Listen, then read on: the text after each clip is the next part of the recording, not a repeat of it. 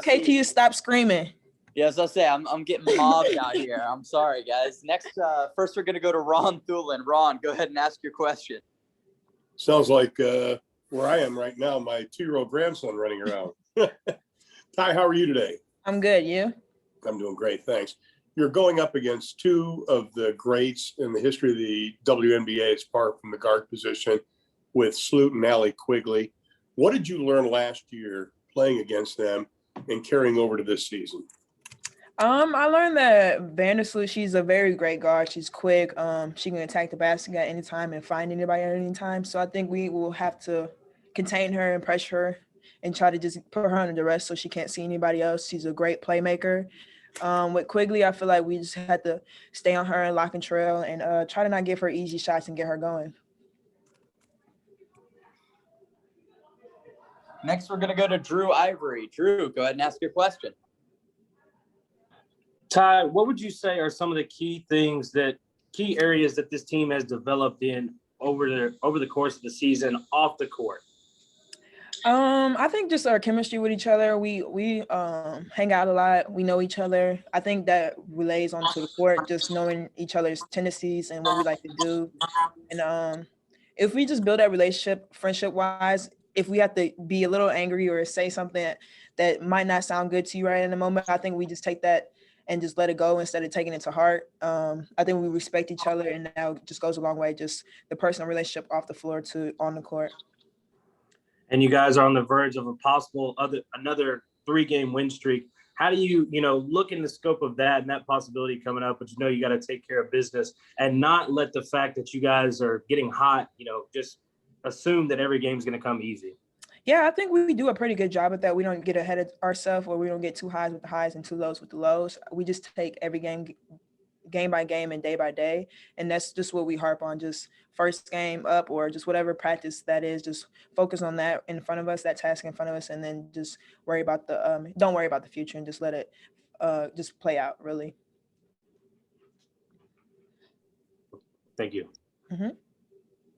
Thank you, Drew. Next, we have a question submitted via the chat. Y'all have been on the road for a huge majority of the first half of the season. What's it like to start to finally get into some home games, especially now that you have the fans back at CPC? Yeah, no, it's great. I actually, this is my first year actually traveling, so I didn't know how it was really going to be. It is a big difference just coming from college to here, because college in South Carolina, we fly charter, and then here it's more commercial, and you got to worry about delays and then being around everybody. That's a little difference, but I like traveling. It's great to finally get to go out and experience what a real WNBA season feels like.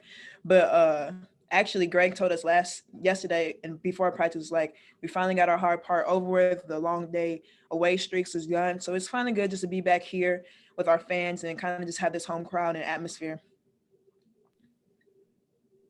Great. Next, we're going to go to Ariana Bedia. Ariana, go ahead and ask your question. You're talking about traveling and stuff. How does, when you get delayed a lot, how does it affect, your rest, your game? We actually got fortunate not to have a lot of delayed flights. I mean, we only got delayed once, but it was like maybe 30 minutes to an hour, and we was already pretty early that morning. So I know I've seen other people who got delayed for a long time, and that's a big thing because traveling on like commercial flights, like you don't get to just stretch out. You got to sit in your assigned seat, and most of the times, most flights are full. So like if you get stuck in the middle, that sucks too if you're big. But flying is just tiring. It's like the long process. You got to check your bags and you got to wait in the line. You got to find the food around there. If you don't have time for food, you kind of got to go on the fly. It's a lot, but I applaud us for doing it and not really complaining and just kind of just go with the flow. We know what it is and everybody's doing it. So we can't complain about it too much because everybody has to fly. Thank you. Mm-hmm. Thank you, Ariana. Next, we have a question submitted via the chat, a follow-up to the one earlier. What is the intensity like at home games so far this season, especially after playing your rookie year in a bubble? For me, I don't find that there's any intensity like bad for us, like anything that's bad for us, because I like having a home crowd.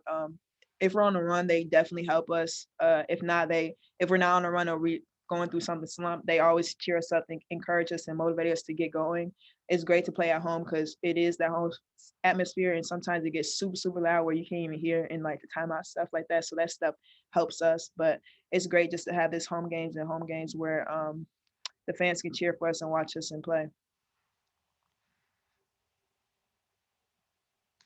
Thank you. Next, we're going to go to Drew Ivory. Drew, go ahead and ask your question.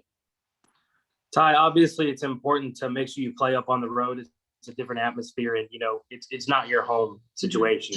But when it comes to a home game, how important do you think it is to establish yourself at home when you have that home field or home court advantage, and make sure you establish yourself at home? There's been a lot of talk of every time like our head coach or like Greg comes in like we have to win the home games. I haven't figured out why we exactly need to win the home games. I haven't wrapped my head around that yet, but I know we want to win as much games as possible. But like they're like it's really, really good to win the home games and then try to do better like in away games. But I feel like home games is kind of like a home advantage.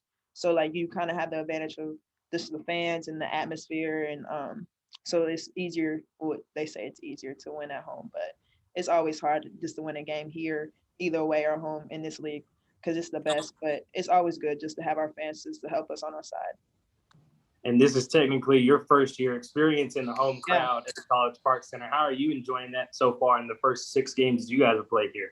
Yeah, I love it. I love having the fans here. I mean, in the bubble, it wasn't too bad. It just felt like more like a scrimmage because it was just like music playing and nobody's really around. There's not that much pressure because you don't have the oohs and ah and oh going on. But it's fun to have just like the background noises of everybody cheering and hearing what everybody say. It's not in the beginning. It wasn't that many people because of COVID restrictions. So like you can literally hear everybody, anybody in the stands up top. You can hear what they're saying. It's kind of funny sometimes. Thank you. Thank you, Drew. Next, we're going to go back to Ron Thulin. Ron, go ahead and ask your question. That's kind of scary that you could hear what Reagan and I are saying up top. I think one game I was like, oh, I'm glad I'm not in the game for that one. You can actually literally hear like people conversation sometimes. I'm not kidding, Ty. I know a lot of the officials, they're friends of mine, and they'll text me after the game. They said, I heard you say, and I went, oh, gosh, that's not funny. Good. That's not good. You look at the wins that you've had, and especially the last 2 games, there's one common denominator. You started fast. You look at the losses, you've gotten down early in the first quarter. Yeah. Is that something Vicky has addressed, especially over the last 2 victories? We actually address first quarter starts and third quarter starts. That's where we have our little slump, and we try different things to get ourselves going and at halftime and in the beginning. I think it's just all on us, just kind of getting ready, prepared, like because it's a long warm up. We have a really long warm up that we go through. And sometimes people can take that for granted, or sometimes we just go through the motion since it is so long. But like Coach Vicky told us, like once we get back like in the 20-minute mark, that's go time. Like we have to do every layup line, every rebounding drill, every shot, make a game like so we are ready and prepared for that game. Quick thing, when I was doing the NBA, my broadcast partner was Hubie Brown. He always talked about win the home games, split the road games, you're going to be in the playoffs. That's what that's what they say. Yep. Yeah, that's probably where that comes from because he is the sage of basketball. Yeah. So I look forward to seeing you in person tomorrow. Thank you so much. All right, thank you, Ron. Thank you very much for joining us today, Ty.